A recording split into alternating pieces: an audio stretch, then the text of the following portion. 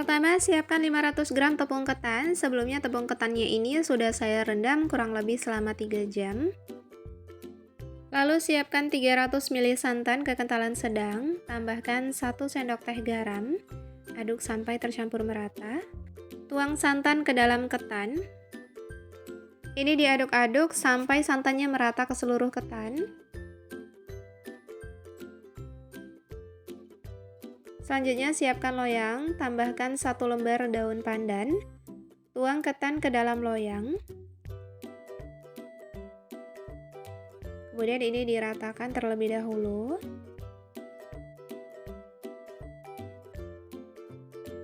Lalu ini dikukus selama 30 menit. Jangan lupa sesekali dibolak-balik ya ketannya supaya matangnya merata.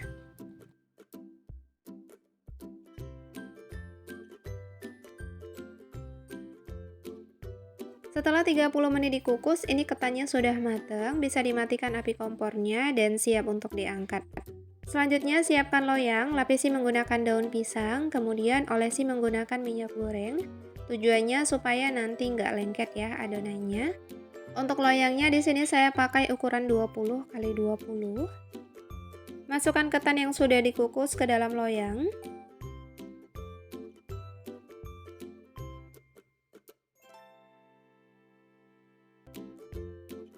Lalu padatkan ketan.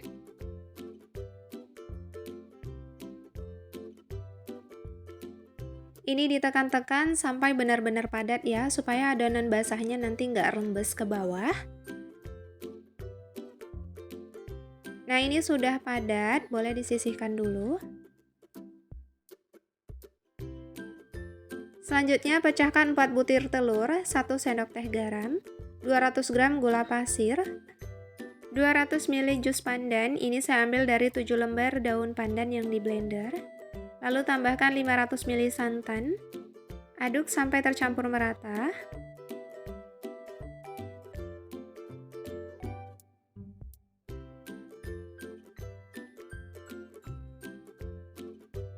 Ini saya rasa warnanya masih pucat, jadi saya tambahkan sedikit pewarna hijau. Tambahkan 50 gram tepung maizena, 80 gram tepung terigu,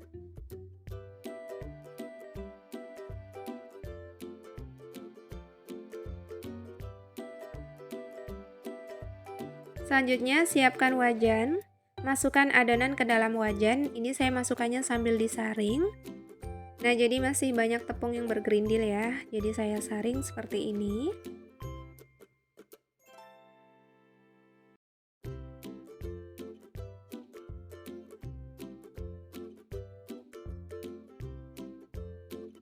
Kemudian hidupkan api kompornya, ini dimasak selama 5 menit.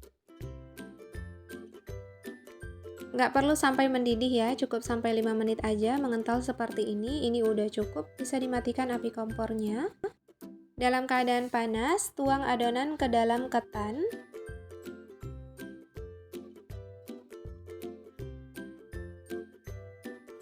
Ratakan adonan, kalau ada yang bergelembung ini dipecah-pecahkan aja supaya adonannya nanti mulus.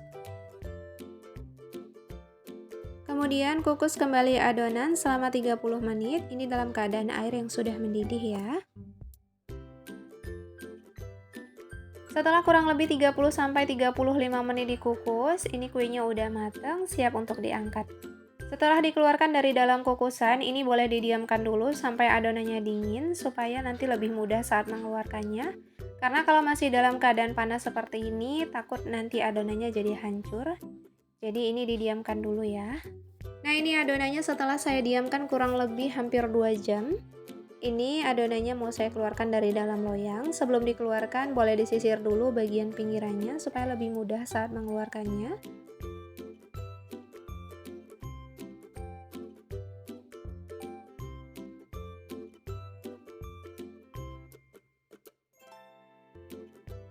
Nah, ini dia, cantik banget ya hasilnya. Boleh dipotong sesuai selera.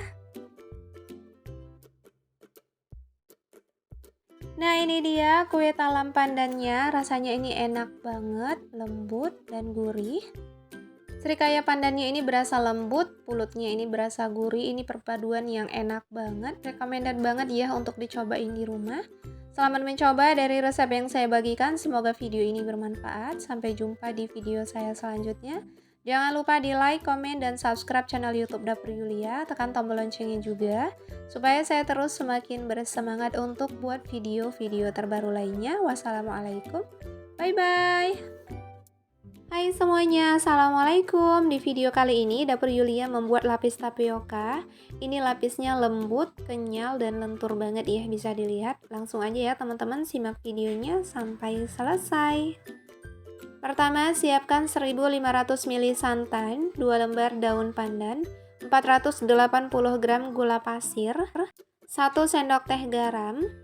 Masak sambil terus diaduk supaya nggak pecah santan. Tujuannya santannya dimasak terlebih dahulu supaya nanti kue lapisnya nggak mudah basi ya. Kalau santannya sudah mendidih, matikan api kompornya, lalu ini didiamkan sampai santannya benar-benar dingin. Selanjutnya siapkan 625 gram tepung tapioka, 125 gram tepung terigu. Lalu masukkan santan yang sudah dimasak sebelumnya, pastikan santannya ini sudah dingin ya. Ini saya masukkan santannya bertahap ya, jadi ini saya masukkan sebagian dulu. Kemudian ini diaduk-aduk sampai adonannya tercampur merata. Kalau adonannya sudah tercampur merata, kemudian masukkan sisa santan.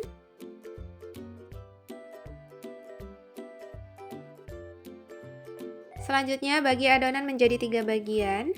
Ini adonan sama rata ya, 550 ml, 2 bagian. Dan untuk sisa adonan yang banyak, ini saya tambahkan sebanyak 1 sendok teh warna putih. Larutkan menggunakan air panas. Lalu masukkan ke dalam adonan. Aduk sampai tercampur merata. Kalau nggak dilarutkan menggunakan air panas, nanti pewarnanya nggak tercampur merata ya, jadi sebaiknya dilarutkan. Untuk adonan yang 550 ml, ini saya tambahkan secukupnya pasta pandan. Dan satu adonan yang 550 ml, ini saya tambahkan 1 saset Milo. Pakai pasta coklat juga boleh, kebetulan saya nggak ada pasta coklat, yang ada ini ada bubuk Milo, jadi saya pakai bubuk Milo aja. Aduk sampai tercampur merata. Lanjut siapkan kukusan dalam keadaan air yang sudah mendidih, masukkan loyang. Di sini saya pakai ukuran 20 x 20. Ini pertama saya masukkan adonan yang putih dulu sebanyak 150 ml. Kukus selama 5 menit menggunakan api sedang.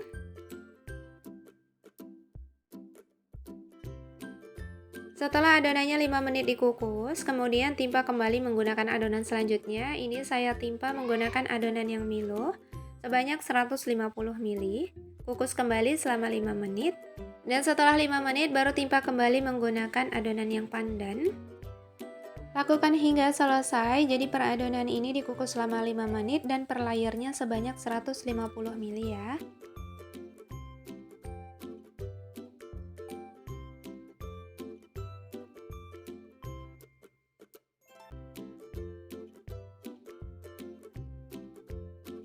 Nah, ini adonan yang terakhir. Setelah masuk adonan terakhir, ini dikukus selama 20 sampai 25 menit supaya kue lapisnya ini benar-benar tanak. Setelah hampir 25 menit dikukus, ini kue lapisnya udah matang, matikan api kompornya dan siap untuk diangkat. Setelah dikeluarkan dari dalam kukusan, ini kue lapisnya didiamkan dulu sampai benar-benar dingin, baru bisa dikeluarkan dari dalam loyang, supaya kue lapisnya ini sampai benar-benar kokoh. Nah, ini setelah saya diamkan kurang lebih 3-4 jam, kue lapisnya ini sudah dingin. Keluarkan kue lapis dari dalam loyang. Ini saya renggangkan dulu bagian sisi kanan dan kirinya. Nah, ini dia hasil kue lapisnya dikeluarkan dari dalam loyang, bisa dilihat ya, ini cantik banget warnanya. Lalu dipotong sesuai selera.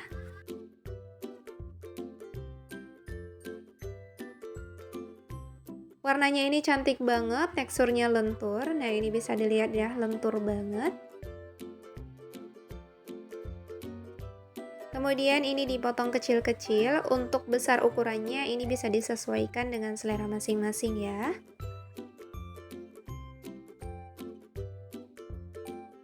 Nah ini dia kue lapisnya setelah selesai dipotong-potong.